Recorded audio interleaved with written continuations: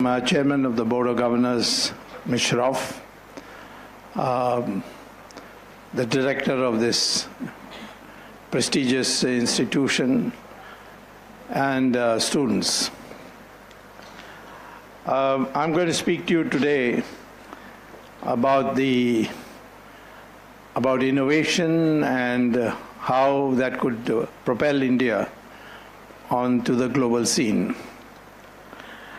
Now, innovation is not just an invention. It's the conversion, when it is converted to utilization in the society or through the market, and has a clientele which wishes to purchase it.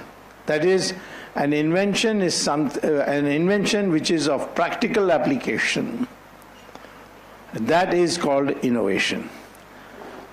But innovation is very important in economic development because it has been estimated that all the countries which grew from developing to developed went through a stage of deploying innovations by which the productivity of the inputs, capital and labor, were so much increased that they accelerated to become developed countries.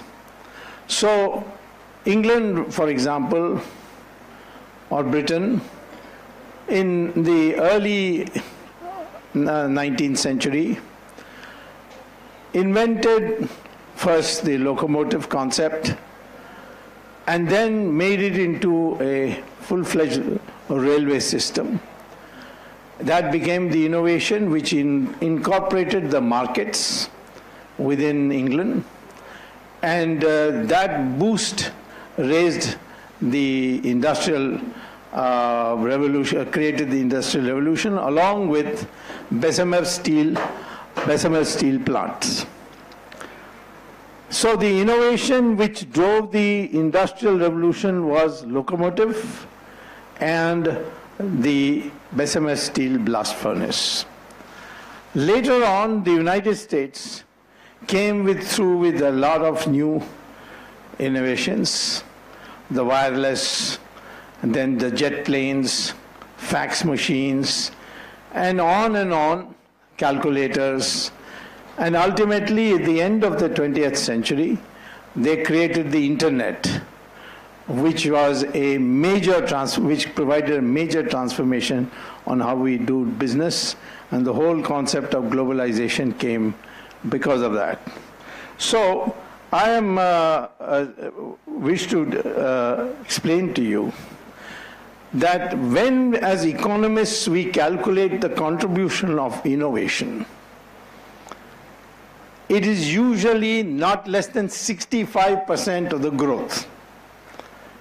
That is, the major contribution to any country's spurt in economic growth is due to innovations. And that can be seen by a simple equation, which I'll put on the blackboard. And from that you can draw. I'm going to put it very simply. But almost all well-known economists who have worked on this field have used that equation.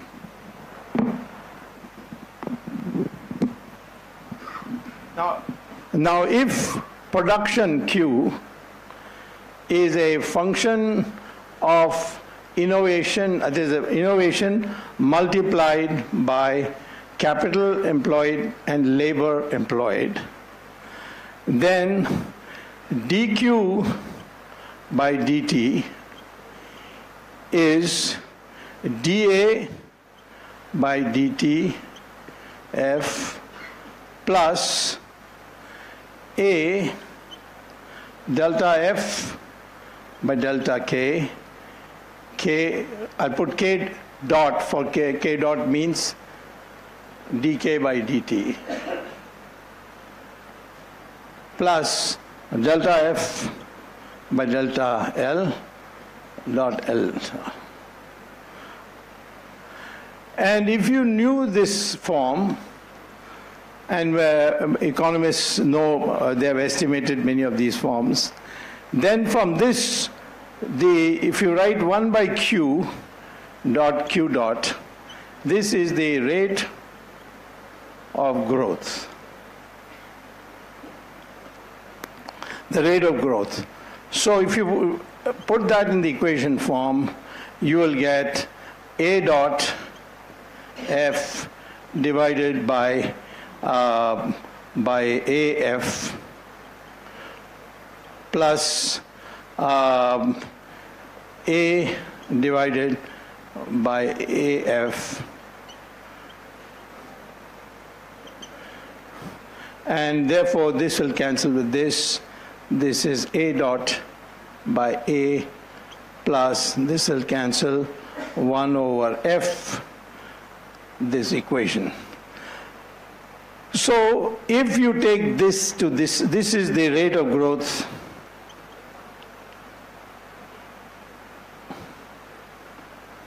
of output. So you minus that, this can be interpreted as the contribution of capital and labor to growth. And that is this portion. The rate of growth is equal to the rate of growth of innovation plus the contribution of capital and labor. And this turns out to be not less than 65% of Q dot by Q. That's what the economists have found. So, in a sense, therefore, the most important contribution to growth in any country is due to innovations. There's another way of looking at it, and that is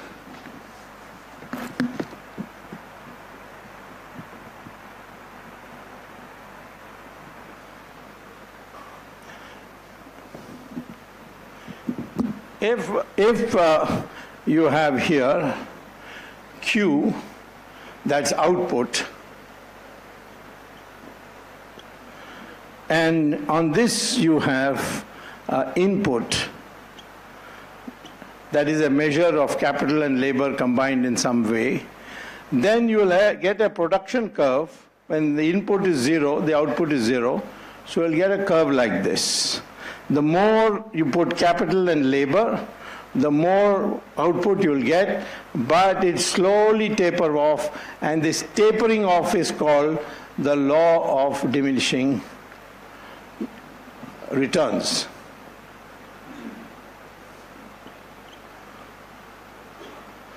And for a particular technology, which I'll call as A1. Then for another technology, innovation level, A2, you will have a curve like this, and the more innovations. So what is the theory is that while putting more capital and more labor, you will get more output, but at diminishing terms. Whereas if you want to really jump, then you have to move from one innovation level to another innovation level. And therefore, innovations, I would like to begin by saying, is an extremely crucial component of the growth of any country. And innovation may be in terms of inventions, or mechanical inventions, physical inventions, or in terms of organizations. So you begin with that, and what we are saying is innovation enhances productivity. For the same level of input, you'll get higher and higher levels of output according to the level of innovations you have. And this productivity is the crucial thing. So why is United States the lead country for last at least 100 years? And that is because they have been consistently investing in innovations and getting innovations and using it. And the last being, of course, the internet, which has transformed the way you do business, they have transformed the way you do inventory control, and so on. As today, a shopkeeper, a bookstore, it has a program by which as you buy, people start buying a book, it tells you how low the stock is. And in fact, it has a mechanism by which it can send to the publisher a message by email automatically to say, I need so many more new copies. So the stock of inventory, which is a deadweight cost, that has come down to almost zero thanks to internet. Due to internet and video conferencing, today you can sit in New York and run your factory in about 5-10 countries without difficulty. So innovations have transformed the way you do production. So this is therefore an extremely crucial aspect of innovation. And those countries which are not specialists in innovations, who are not focusing on innovations, they taper off after some time. Take the case of Japan. Japan, by this huge effort at savings, started accelerating after World War II. And they grew and grew. And at one stage, they reached a stage where people used to think that Japan might overtake the United States. But it didn't happen, because Japan was concentrating more on quality. The quality of products produced by Americans was superior in Japan compared to the United States. So people who used to buy Motorola radios started buying Panasonic. That was what happened. But once the Japanese reached the limit, after that, Japan is now no more in the reckoning of being a #1 country. In fact, today there are only 3 countries who are competing for #1 status. One is the United States, which seems to be the favorite for the time being, because of the fact that they are engaging in innovations full time. All their universities, everything is geared for innovations. And 2 is China, and 3 is India. India, because our students who have gone to the United States and contributed to the software revolution there, that has made people think that India is a country which is possibly going to become a fast-growing country. We originally, in 1947, we adopted the Soviet economic model thanks to Mr. Jawaharlal Nehru. So the Soviet economic model was suitable, if at all, for any country. It was suitable for Soviet Union, because the model said you extract resources from agriculture and finance industrialization. So in Russia, due to the Tsars, there was an agricultural revolution before Lenin took over in the Bolshevik Revolution. And then Lenin and Stalin subsequently, they kept on extracting resources from agriculture to put it in industry, and they built up an industrial system. In 1947, this was absolutely the wrong model to apply, because during the 100 years of British rule under the British Crown from 1857 to 1947, which is about 90 years, the British systematically extracted all the resources they could from agriculture. Why? Because the 1857, which the British call as mutiny, but we nationalists call it as the first war of independence. And so that's what you better call it from now on, because we are here for a long time to stay. So this war of independence was financed by the agriculturists. They gave the soldiers, they gave the money. Rani Jhansi got the maximum from the peasantry. All over the country, the rebellion was there.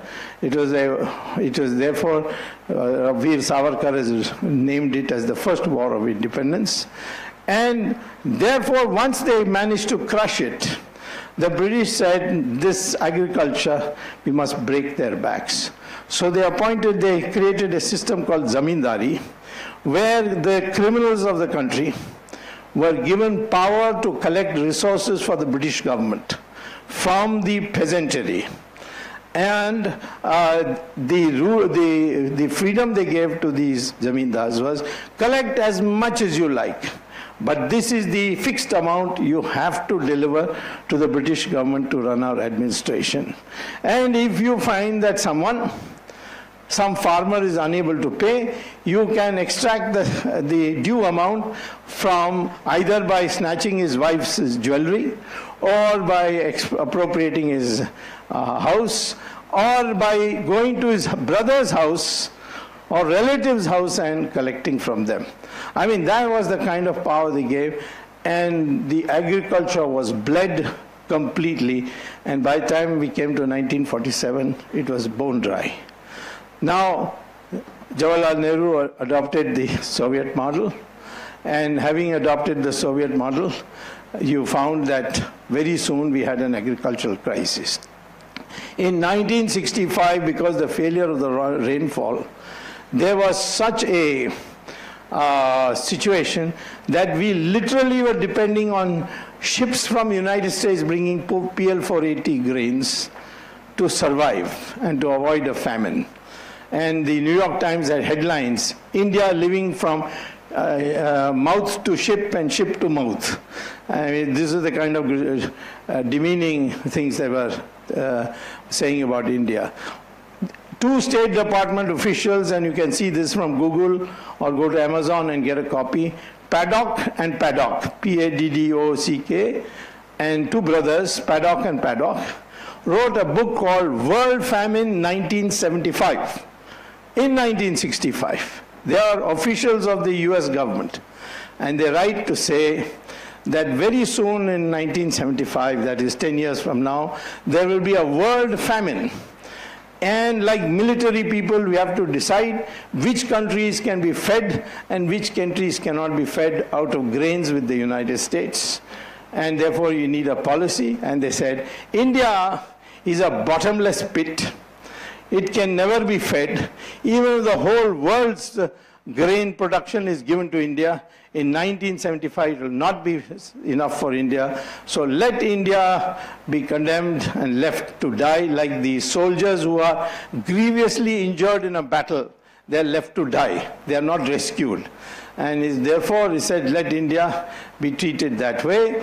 And they'll eat each other up. There will be savagery. There will be cannibalism. All this is there in the book.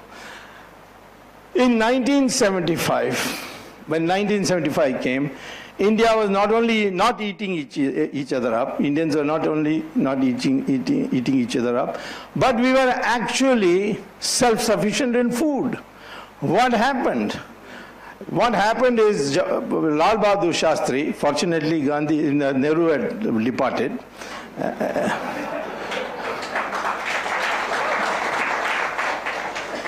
and Lal Bahadur Shastri called some scientists. He made a man from the south called C. Subramanian as the minister, and M.S. Swaminathan, the agricultural institute director, and a few others, and also took the help of Philippines and the United States Food Research Institute, and they came up with a package, and that package is a form of agricultural innovation where they fixed the amount of pesticides, water, seeds, etc., and gave to about 10% of the farmers of India that package. And that 10% produced what came to be known later on as Green Revolution. So India is in that kind of situation that because of the past deprivation of resources, today a small innovation will make a huge difference. And this package that was created, that was nothing extraordinary. There was no great knowledge. It's just bringing it together for the Indian soil. Indian soil today, we have such a large amount of land, but we use only 25% of the land to grow more than one crop. India, we can grow 3 crops a year. but only in 25% of the land we grow more than one crop. United States can't grow more than one crop a year because they have snowfall, so for 5 months there's no agriculture. Same thing with Europe and good parts of China too. But India is the only country which is gifted by God that 12 months of the year you have sunshine, and if you can provide for water and you can provide for seeds and so on, we will be able to feed the whole world. Our yield per acre is the lowest in the world for most crops. But our Agricultural Research Institute pilot projects have 6 times the output that rest of India has. On the same soil, a controlled experiment is able to produce 6 times. Everything about India is underutilized capacity. We have 150 million cows. They give an average of 200 liters per year. An average Israeli cow gives you 11,000 liters per year. Imagine what will happen to India if these 150 million cows started giving 11,000 liters per year on average. I will probably have to come to Bombay swimming in milk. That much milk will be generated in the country. This is the potential that innovation can tap into. So if India is to become a global power, we can become an agricultural global power, because everything that we produce is still the cheapest in the world. Rice is 1/6 the price of Japan. Wheat is 1/4 the price in United States. Milk is 1/7 the price in Europe. Fruits, flowers, everything we produce in our country. And if we can organize agriculture and put in cold storages, small airports, packaging of plants, so on, and ultimately empower the farmer to read the internet to find out where he's getting the best price, India would become a global country agriculturally overnight. And so far, nobody has done that. And I hope that in the future it can be done, and it's the easiest thing to do. It just requires focus, moving away from these urban development projects to developing this agriculture. But the question is, what about water? Well, India is not really short of water.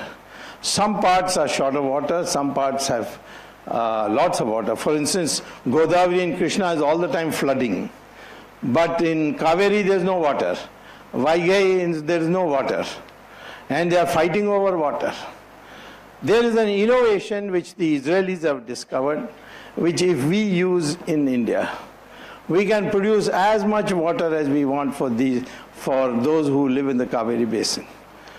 When I was recently asked by a press fellow in Chennai, what is your solution to the Kaveri water problem?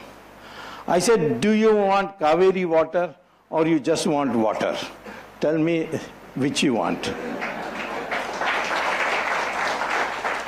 So he was a little taken aback. Then he said, no, water. So I said, put 4 desalination plants on the coast of Tamil Nadu. You will produce enough water to put it in the taps of every household in Tamil Nadu. You will get 24 hours of water. And you will be able to irrigate the entire area of Tamil Nadu. Countries like Israel and Saudi Arabia and parts of the Middle East, they're already doing that. And they have converted sand areas into green fields because they don't have any rivers, so they are desalinating seawater. And the Israelis are developing newer and newer technology. One of them is now to use not electricity, but solar energy to desalinate seawater. So we can produce enough water in Tamil Nadu to not only give the Tamilians all the water they want, but also pump water in the opposite direction of Kaveri so that the people of Karnataka can also drown in it if necessary.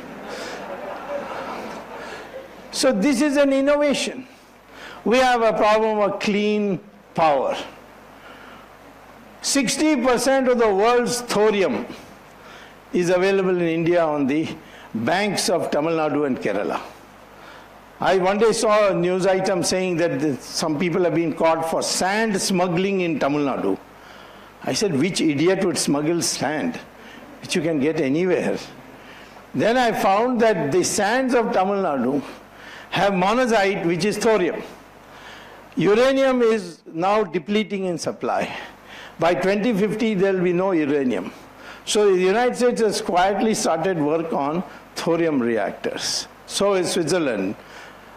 But in India, Homi Bhabha had started the research on how to convert monazite into thorium, from thorium into U-233, uranium-233, for use in reactors. He had cracked the first two. He was about to crack the third stage too when an air crash killed him. Now, after that, no much research was done, and in 2005, Manmohan Singh terminated the research in thorium because we signed an agreement with the United States on Indo-US, this is called the Indo-US nuclear deal. So now I am saying that if you decide to go back to thorium research, and we have made, already our government has taken some steps to restart this, then we will have so much thorium that we can generate power for the whole subcontinent, including our neighbors, of course, minus Pakistan. But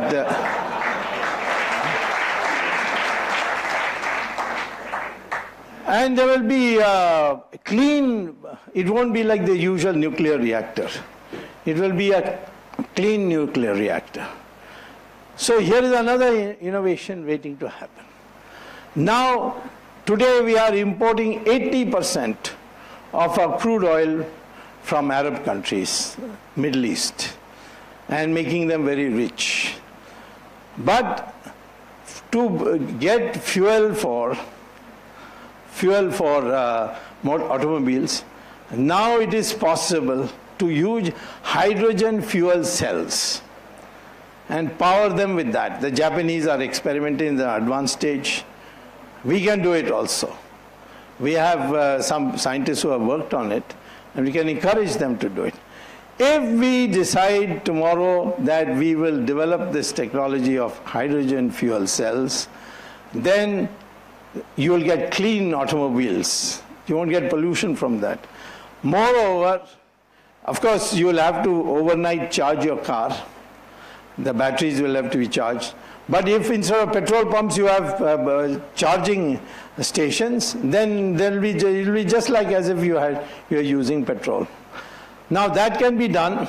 Then what will happen? You don't have to import from abroad. And if our research, we can give it to other countries also. And in the end, nobody will buy oil from Arab countries. What will happen then? They will have to go back to their camels and their tents once again. So here is an innovation about which we are not thinking. I've written a letter to the Prime Minister that you have wonderful concepts of Make in India and all that. But the fact is, it should be invented in India also. And this invention, there is tremendous scope. If you link all the rivers, because some of the rivers like Godavari, Krishna are in surplus, some of them are deficit, then these canals will pass through areas which have never seen, for example, water, like Rayalaseema. And if you can connect and create a water grid, you will be able to produce instantly a 25% increase in production. So look at the potential of this India. This was once upon a time the most developed country in the world. People from all over the world came. In the year 1100 AD, our share of world GDP was 54%. Today, it is 11%. So all this is a country which could get that situation can once again get it. But for that, we need to do research and development. And for that also we have an advantage.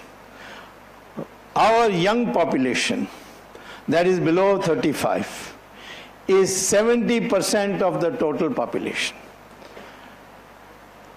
This young population, if it can be motivated to do research on variety of topics, with encouragement from the government, not obstruction, not petty jealousies and so on, but make the young people, because research is always a risky thing. You may not get the result, but motivate them. Then this young population, which has done wonders in America, Indians are doing very well all over the world except in India. That's what it appears to me like. And that can be corrected by changing the way we are allocating our resources. Our educational sector is getting barely 2.5% of the GDP as investment. Long years ago, Kothari Commission had said, in 1966, they said we need at least 5% allocation of the budget on education. America has 6%. China has 7%. China has taken it very seriously, but China is a dictatorship. You can't have innovation in a country where there is dictatorship, I'm telling you. The free atmosphere that you need, India potentially has that. And therefore, we have this young population. Our average age of the Indian population today is only 26. Americans is 37. Chinese 35 because that one child per family program. Europe is 46 years. Japan is 50 years. Because after it being defeated, Americans imposed family planning on Japan. Very strict family planning. And the net result was today, they are 50%, 50 years is the average age of a Japanese. India also, the same fate would have occurred as China. But the Indian people, they were not ordinary people. They, in the emergency, they refused to accept it. And Mrs. Gandhi was defeated thoroughly, so was her son defeated. After that, nobody's got the guts to say, I will forcibly sterilize you, I'll drag you to some station and do it. And there were all kinds of atrocities. I don't think you people have the memory. Maybe most of you are not born then. 1975, Sanjay Gandhi had announced that any collector, if he sterilizes on any one day 50 people, then he will give a free ambassador card. Those days we used to produce only one card. Only after the economic reforms carried out by Narasimha Rao, with the help of my blueprints, all these cards have come in these multiple names and numbers. But the one card, the collector would get as a prize a free ambassador card. Now, since there was emergency, there was no one to ask any question. The collector's mother-in-law came and she said, you got a new car, how? He said, well, I just sent a truck and picked up some people from the slum and I sterilized them. So I got it. So he said, I also want one. Why don't you send a truck once again? This actually happened. So even though it sounds so funny, but it actually happened. These atrocities led to the defeat of Mrs. Gandhi, and after that, our population growth rate is going down, but not perhaps to some people's liking fast enough. But population is not the problem. It is the empowering of the youth by a new mindset. We need a new mindset. We have got this mindset which the British have given you, namely to make you into a babu and feel inferior. Indians have this deep inferiority complex. That's why if Trump tomorrow says Narendra Modi is a nice guy, all the TV channels will say, Trump says he's a nice guy. I mean, Trump saying somebody is a nice guy is not necessarily a compliment, by the way. So,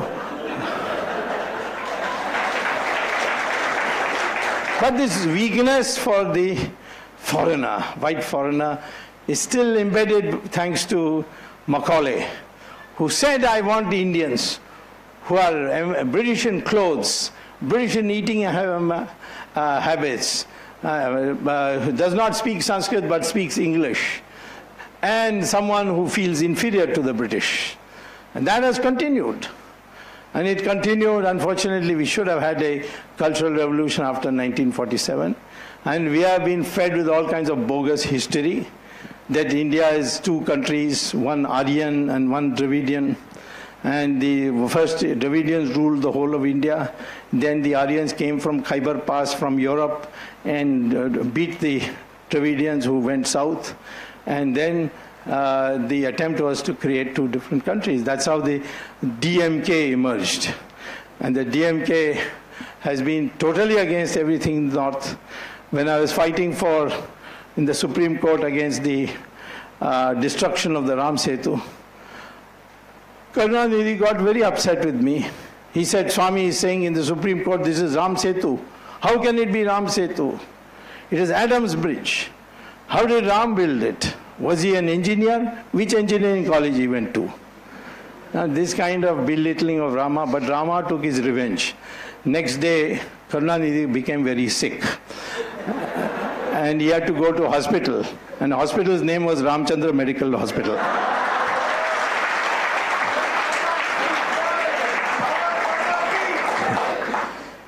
So this is the kind of thing you see. Is animosity to Sanskrit. Every Indian language has Sanskrit words. Some large, some more small. Malayalam has probably 80%.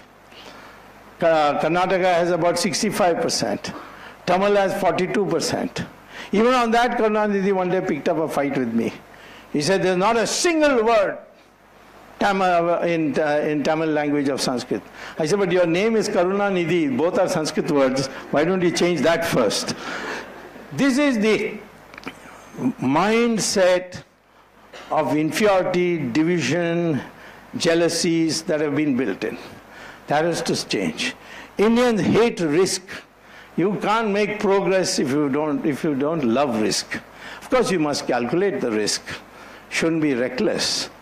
In America, after the class was at Harvard, when our class was over and the exams were over and the class assembled for the last day, I used to ask the students, you see, now that you have cleared the exams and you're going to go out in the world, what kind of a career are you going to pursue? There's one way that, like Bill Gates, you see, you take a risk and you become a billionaire. And of course, there's a danger that it may not work out and you may fall flat on your face and lose everything. Or the other is a job in a company or a government. Every year your salary will increase by an increment of 5% until the age of 60 or 65. And then you will get gratuity and provident fund and all that. You get all that, retire, buy a house and watch television for the rest of your life.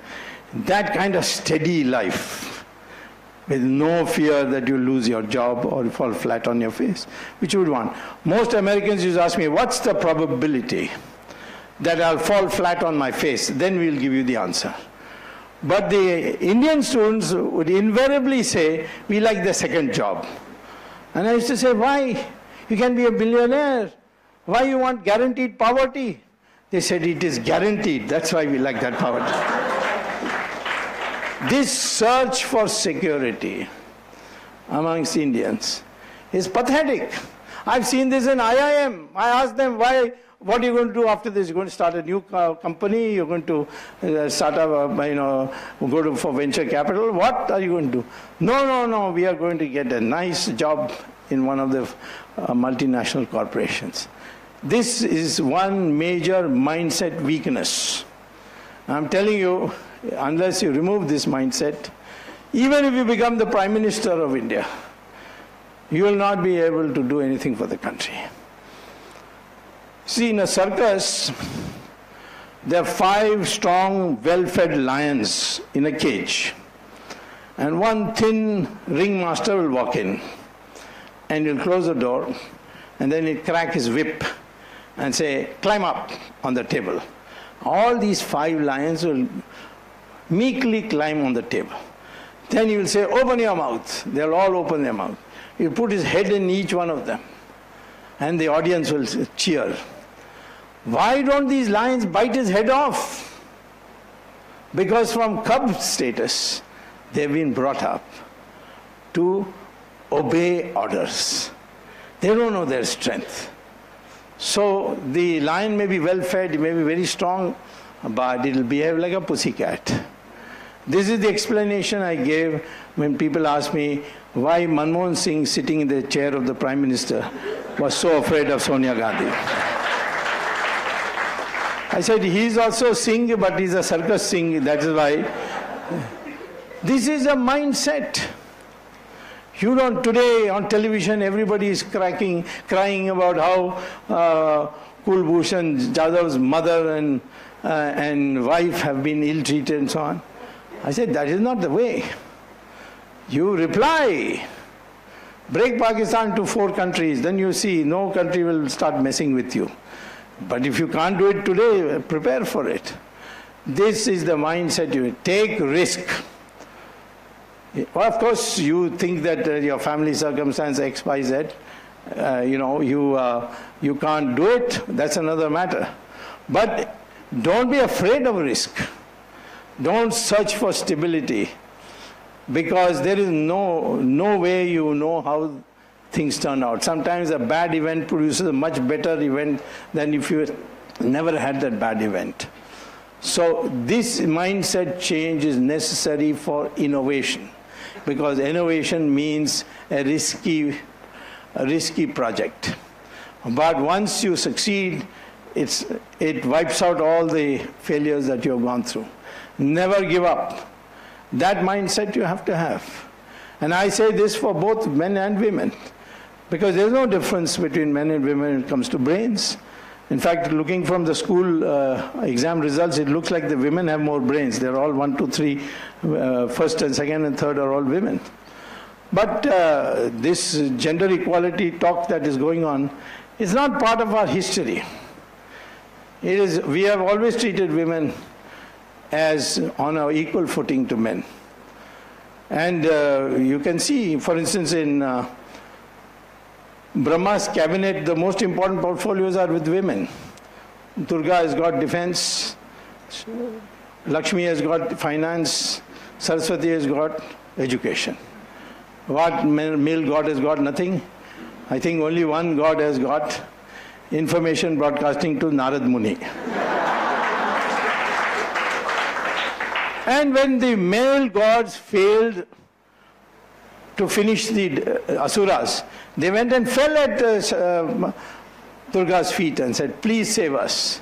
And she took the form of Kali and came and finished them off. You know, in the case of Mahabharata, it was the insistence of Draupadi that the war took place. Sita was the same thing. She refused to travel on the back of Hanuman and return back to Rama. She said, no, Rama has to come here and liberate all the women who are here. I will not come. And that's why the war with Ravan took place. Otherwise, there would have been no war. So I think, therefore, this gender equality must now be part of your psyche, and not what we have inherited from the last 1,000 years. So the conclusion then I would say is this, before you ask me questions. First and foremost, this country must now increase its allocation for education to 6% and pay its faculty so well that it is not a job of last resort to be a teacher. And raise the prestige of a teacher as it was there in ancient days, when they may be living in poverty, but the teacher was always a guru who even the kings had to go and bow before. That is what we need. And I'm telling you today, as we are discovering texts, we are discovering things which nobody could imagine. This talk about Pushpak Viman, people made fun of it. But now we find there is a document called Vimana Shastra. And I was curious to find out what is the fuel that Pushpak Viman used. And guess what? The fuel is mercury. I asked an aeronautical engineer, can mercury be ever a fuel for an aeroplane? They said, not now, but in the future, definitely. Because one drop of mercury is equal to 10 barrels of crude oil. So who can say what happened? But this is scientifically proved. Of course, calculus, zero, decimal, everything was invented here. That's why Einstein says that it was the Hindus who taught us how to count. So I am telling you, this legacy is there. This legacy now needs a new generation. Innovation is the key thing for liberating our country. It is not more capital, more labor. Oh, FDI is coming. Oh, the papers all celebrate. What this FDI is, we don't know what this FDI is, unless it is bringing technology which you don't have already. Otherwise, they come, they will exploit you. The Walmart, if we had allowed, I didn't allow it to come when I was minister, and that ban still stays, because Walmart wanted to come to India. And the capital they were bringing was taken as loan from the US banks, which charge only 2%. And they wanted to compete with our traders, who get capital from our banks at 12% minimum. How can there be a competition? And both will be then competing for the same cheap labor, which means labor cost will go up. All these traders will be out on the streets. So when the Walmart people came to see me when I was minister, and asked me how with a person like you who's for free market could ever put a ban like this. I said, this is because of free market that I'm putting it. There must be a level playing field. You are getting loans at 2%, our farmers, our traders are getting it 12%, and you are competing for the same labor force. This is not a fair competition. They said, how can we cure it? I said, allow all Indian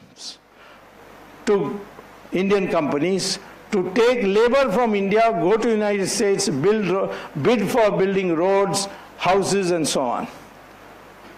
So and withdraw money as loans from American banks. They said, labor from India, that's an immigration problem. I said, that's your problem. But you want your cheap capital to come here and take advantage of our cheap labor, but not our cheap labor to go there and take advantage of your cheap capital. This will not be allowed.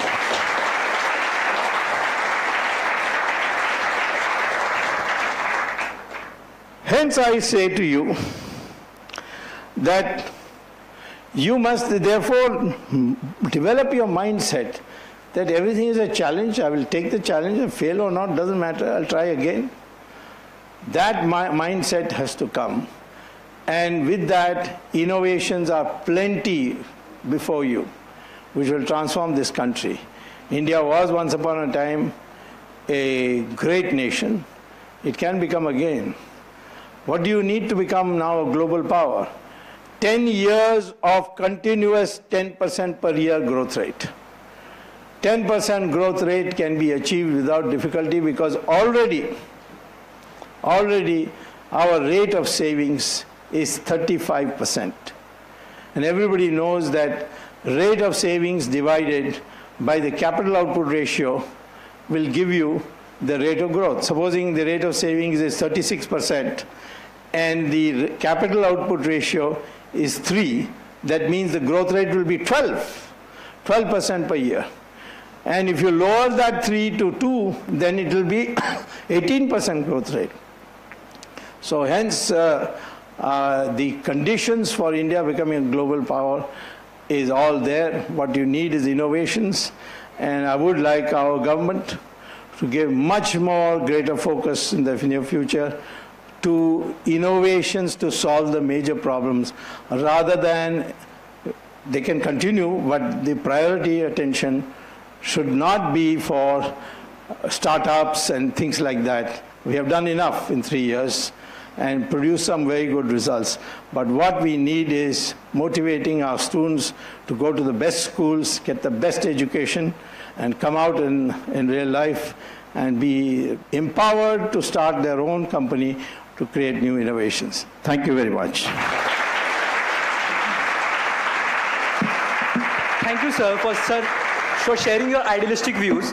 We have received many questions from across the nation through social media platforms, which we would like you to answer.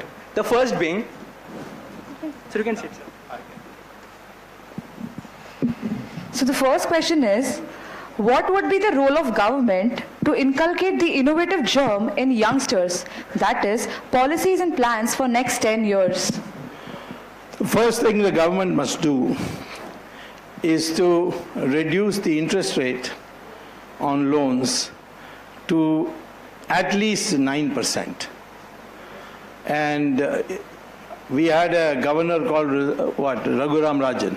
I've sent him home, and I hope he doesn't come back. He's back in Chicago.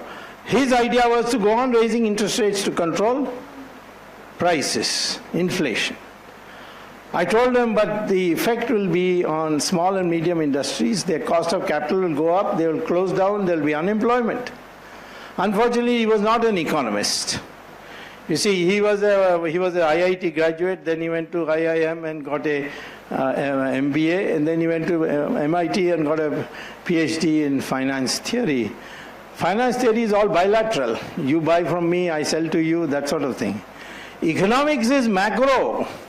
It's a general equilibrium system. Something happens here, it will have an effect there. So if you, like the US president found out the hard way in 1925, he called all the economists and said, there's too much unemployment in the country, how do I bring it down? They said the wage rates are too high. If you lower the wage rates by convincing the trade unions, then the demand for labor will go up and there will be more employment and less unemployment. So he said, sounds very reasonable. So he talked to the labor unions and brought down the wage rates. And then he found the unemployment started increasing. So he called the economists again. They were also baffled. Then an international conference was called, and there was an economist called John Maynard Keynes in Britain who also came. And he said that when you lower the wage rates, you lower the purchasing power of the working class. And therefore the demand goes down. When the demand goes down, those companies which are on the borderline, they close up, and therefore there is more unemployment. The same way, if you raise interest rates, you may bring down the inflation rate, but you will close down small and medium industries, you will create unemployment, and you will cause a depression which will bring down prices. It's like a doctor who says that I didn't know how to bring down the temperature of a patient, and finally I decided to kill him because that's the only way I could bring down the temperature. That kind of economics we have to avoid from the government.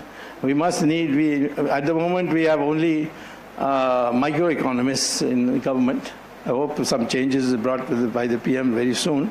And take this broad approach, give youngsters money easily at low interest rate to startups, to work for innovations, give educational institutions, give tax exemptions to those who donate in big number, in generous terms to educational institutions. That way, and that is the role the government should play, and not a role of a policeman trying to find out who's cheated the government, who's not cheated the government. And by the way, as a byproduct, I'll say we should also abolish income tax because it's the most hopeless tax ever devised. So the next question is GDP true indicator of growth and prosperity? If not, then how can we adapt gross national happiness in such a diverse nation like India? You don't need a single number. This craze for a single number is wrong. Yes, GDP is one measure, and you can have it, and don't go for all these quarterly numbers and all these international, Moody and Fitch and Standard and Poor. They are very rich, by the way, they are not Standard and Poor. And all these people, they can be motivated. So therefore, don't go all by it. Just annual statistics, this is one indicator. 7% that we have achieved in the last 3 years is not enough. We need 10%, otherwise unemployment will not come down. And we need to lower interest rates. And of course, simplify the tax system, including abolishing of the income tax. These are the things where people will be enthused to start working in the economy. That is the way the role of government should be. How to enthuse the people and not force them, terrorize them, scare them.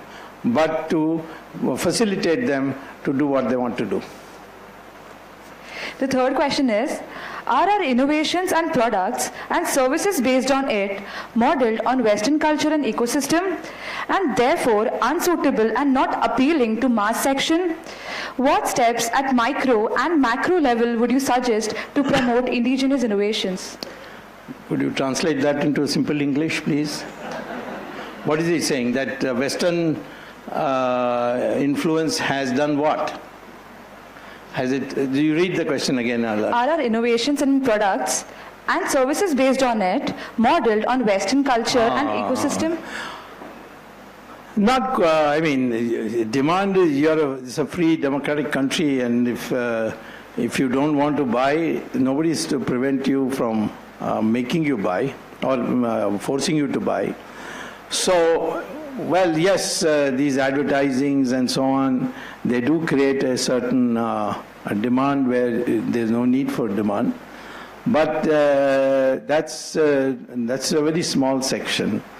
We think that Indians are still the highest savers in the country, particularly the middle class women have saved. The people, women who were hurt most, by the way, by demonetization were middle class women, because they were putting all their money they saved, which the husband gave to them, under their sari, and suddenly they didn't know what to do when it was demonetized. The women are great savers. This country's saving rate is one of the highest. Ours is 35%, China is 15%, America is minus 2%. Because it's all on credit, everything is on credit. So we are a great saving country, and I wouldn't say that we are consuming. Only on black money there's a lot of consumption, which is unnecessary, and that is because we have black money, and we have black money because we have idiotic tax system. So abolish income tax tomorrow, even this kind of luxury consumption will go, and aping of the West will go. Thank you, sir. Now this is a bit interesting. Are you optimistic enough to dream Google-like phenomenon happening in India in near future? Which like phenomenon? The Google-like phenomenon. Google system? Yes, sir. The Google Act. The Google company. Google company. Well, I think an Indian is already heading it, no? Isn't it? Isn't Google being headed by some Indian? Yeah, we already taken it over. One Gujarati by the name Mehta has taken over East India Company in London, by the way. I also want to tell you that. And the Patels have taken over all motels in America. It's only a matter of time before we take over the Western curve. But first you improve your own country. Don't worry about foreigners. They can't do very much in this if your mindset is clear. The next question is, which areas or sectors do you see in dire need of innovation? What are Indian-specific sectors that need to practice innovative practices? Number one, I would like our power systems to be subject to innovation to the point where there is no outages. You get a fixed voltage of 220 plus minus maybe 2 or 3. And a 24-hour supply, and that can be easily done. It is not done because of corruption, and corruption is there because the transmission system and the distribution system is thoroughly corrupted, and that can be done. It doesn't require very much. Fighting corruption is a desirable activity. It's not an easy activity, but don't think that just because you lost one case here or there, we won't win it on appeal. We'll win it on appeal. In fact, my first case on 2G, I lost in the High Court. And all the same cacophony I heard that, oh, this Swamy just bluffs and he doesn't do any serious work and all. Then I went to Supreme Court and got a 10 times better order in appeal. So fighting corruption is very, very important for our country. And each individual must be, you may not be ready to fight because it's a dangerous thing to fight corrupt people. They are full of mafias there. But you can be yourself an honest person. And you can bring this honesty in many other things also. Please take a pledge that you will not accept dowry from in your marriage at any time and any place. This is another major factor which is causing a lot of social problems in our country. So the issue is that our country has got the potential to grow. What it needs is a self-confident Indian population. What is your assessment about higher educational system of our country? What changes or overhaul it requires to inspire creativity and innovation? See, I know what the problems are. First of all, you have an authoritarian system in the educational field. And I've experienced this in the IIT. And this authoritarian system is dominated by politicians who are semi-literates. Not all of politicians are semi-literate, but most are. And therefore, the people who are doing research, the supervisors tend to want the credit of the work of they are doing instead of lauding it, instead of praising it. There's one thing I noticed, the difference between Indian academic institutions and, say, America. When I worked with Paul Samuelson or Simon Kuznets, they would promote me everywhere. They say, this guy has come from India, he's a bright guy, he's done this, he's done that. That kind of thing here our teachers don't do. They want to take the credit of this. So celebrate the good work done by our researchers, young people, and pay well. The government of India can easily do that and make these institutions. India can transform overnight, I'm telling you. You don't know what pre-1992 looked like. The roads of India, maybe now you're a little fed up with the traffic jams, but the road of India used to be pathetic when you looked at it. But today you see so much the variety of cars and so on, which nobody would have imagined in 1992. India is capable of very fast transformation when the proper opportunities are provided. So I think you should look forward in a positive way instead of thinking of where you're being held back, where you're being pushed back. Otherwise, our family system is admired worldwide. Do you think the excess level of comfort and inheritance of family-oriented expectations are producing stereotypes generations after generations? And that's the root cause of lack of innovations? No, I think it's not that.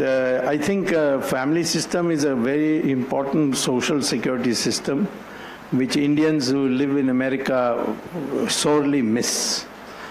What is the problem is, one is the conservatism of the parents saying, telling your children, don't get into trouble, stay out of it, doesn't matter, why you must get involved in this and that, so on. This kind of timidity that is put into children. Second is, in America, if you go, you will find a young child will be asking a father and mother, why this, why that, why not this, why not that. In India, if you ask more than 2 questions, you'll get a slap, you see. So keep quiet. So this curiosity building in children is not there in our system. Otherwise, other than that, this system must be preserved. I've seen the Western world. The family system of India is wonderful. Please improve it. Don't find an alternative to it. This being the last one, what reforms does the judicial system of our country need to become a superpower? Judicial system is already top class. There is corruption, no doubt, but there are also very, very upright, honest judges. India, we call everybody corrupt. If I go to a doctor, he will say all lawyers are corrupt. If I go to a lawyer, they will say all politicians are corrupt. Everybody is saying everybody else is corrupt, you see. It's not so. Even amongst lawyers, we have very honest, upright people. Even amongst politicians, we have lots of upright, honest people. This issue is that judicial system is not being worked scientifically. There's too much delay, and the delay is due to lawyers. And lawyers are delaying because the more you delay, the more fees you get. And poor client has no alternative. So I suggest you do what I have done. Learn law yourself and go and practice. Nothing else is better.